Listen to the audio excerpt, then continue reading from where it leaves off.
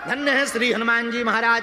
राम काज लगी तब अवतारा, पर सुनत ही भयउ परतारा। हर हाल में अगर तुम्हें प्रसन्न रहना आ गया, तुम जीते क्यों हो? खुशी के लिए। मकान क्यों बनाते? आराम मिल जाए। हाँ जी या ना जी? बोलो। अच्छा, महंगी गाड़ी क्यों खरीदते? आराम के लिए। हाँ या ना? बोलो, अरे बोलो। अच्छा, महंगा बहुत महंगा बिस्तर क्यों खरीदते? आराम के लिए। मशीनें क्यों खरीदते? आराम के लिए। बाथरूम में जकूजी क्यों लगाते? आराम के लिए। क्यों? आराम मिले। आराम कौन कौन चाहता? जरा हाथ उठाओ। अरे जो आराम चाहते हो उठाओ, शर्म वाली बात थोड़ी है। उठाओ उठाओ उठाओ। हाँ, आराम चाहते हो? बोलो बोलो, पंडाल वालों चाहते हो? तो क्या हलवाई की दुकान पे मिलेगा? नहीं नहीं नहीं, हम बता देते हैं, सुनो। आराम की तलब है तेरे अंदर, आराम की तलब है, तो एक काम कर, आ राम की शरण में राम राम कर। हाँ, अगर आराम चाहिए तो प्रभु का आराम, आराम में भी राम छिपा है। जिसके जीवन में आ राम, उसी को मिलता है आराम। आराम को तुम ध्यान से पढ़ो, फिर से पढ़ो। हम क्या कहते हैं? महाराज आराम मिल जाए। आराम चाहिए? हाँ तो सुनो, हाँ, आ राम मिल गया आराम। हाँ, ला अपने जीवन में राम, मिल जाएगा आराम। अब राम, आराम कहाँ मिलेगा? राम में ही तो आराम मिलेगा। राम कहाँ मिलेंगे? जहां जहां कीर्तन। राम कहाँ मिलेंगे? हनुमान जी की कृपा से। हनुमान जी की कृपा से राम जी क्यों मिलेंगे? राम दुआरे तुम रखवारे, पर होते नया आज्ञा बिनु पैसा।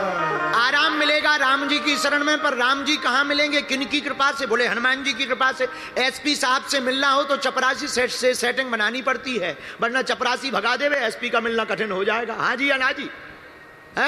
कलेक्टर से मिलना हो तो बाबू से मिलना पड़ता है, चपरासी से। अगर वो भगा दे, मिलना कठिन हो जाएगा। या बाबू कान भर दे, ये आदमी ठीक नहीं है, फोटो खिंचा लोगे, नाम बदनाम हो जाएगा, कलेक्टर भी नहीं मिलेगा। मुख्यमंत्री से मिलना है, पहले पीए से मिलना पड़ेगा, ओएसडी से मिलना पड़ेगा, तभी मिल पाओगे। उसी प्रकार राम जी से मिलना है तो पहले हनुमान जी से मिलना पड़ेगा। हनुमान जी मिल जाएंगे तो राम जी भी प्राप्त हो जाएंगे। ये सिस्टम है। क्योंकि राम द्वारे तुम रखवारे, पर होते ना बिनु पैसा। राम जी के द्वार पर हनुमान जी का पहरा है। आहा, एक बात और, तुम गाड़ी खरीदते, मकान खरीदते, बंगला खरीदते, बिस्तर लेते, महंगा भोजन खाते, अपने कपड़े पहनते, तन को चमकाते हो, किसके लिए? आराम के लिए। एक काम करो, पूछो क्या? अरे पूछो, हर हाल में खुश रहना संतों से सीख, हर हाल में खुश रहना।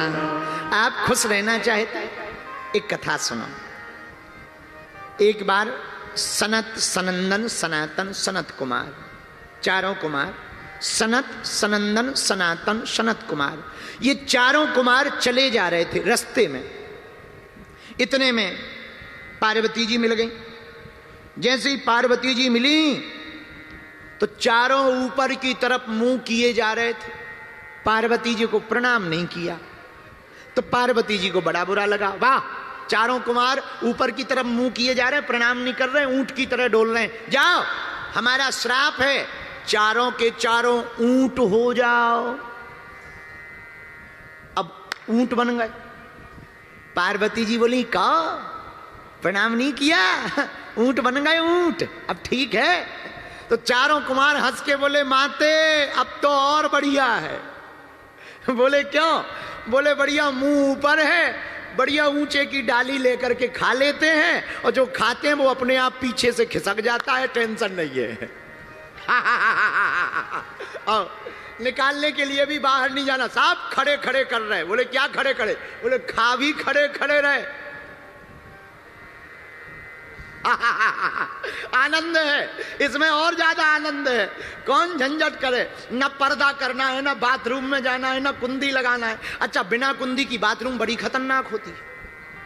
जितना सरहद पर सिपाही अलर्ट नहीं रहता, उतना बिना कुंडी की बाथरूम में आदमी अलर्ट रहता है।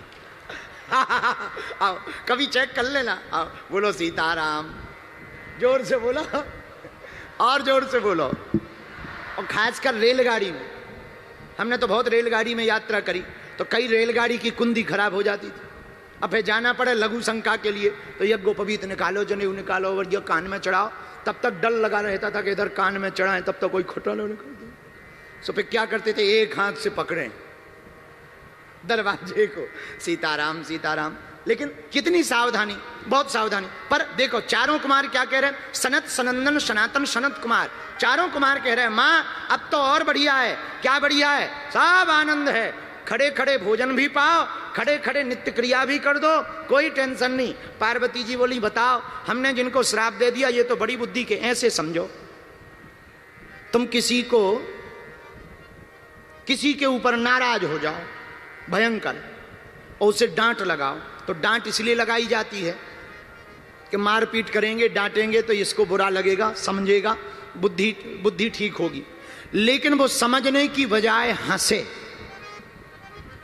ज्यों तुम गुस्सा करो वो हंसे, तब दिमाग और खराब होता है।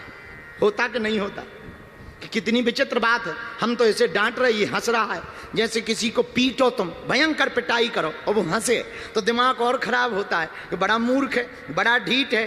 तो लेकिन वो अपनी हंसी ना छोड़े, तब आप भयंकर पीट पीट के थक जाते हो, भयंकर पीटते हो, थक जाते हो, पर वो हंसता ही रहे, तब तुम समझ जाते हो ये पागल आदमी है, कौन इसके चक्कर में पड़े, इतना पीट लिया फिर भी हंस रहा है। उसी प्रकार जिंदगी है, संकट आवे और जब दुख आवे तुम रोओगे तो दुख तुम्हें और रुलाएगा, पर जब भी संकट आवे और तुम मुस्कुराते रहोगे तो संकट स्वयं तुम्हें पागल समझ करके भाग जाएगा।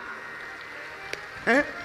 वो समझ जाएगा, इसे नहीं समझना है, हमको ही समझना पड़ेगा। बोलो सीताराम, जोर से बोलो।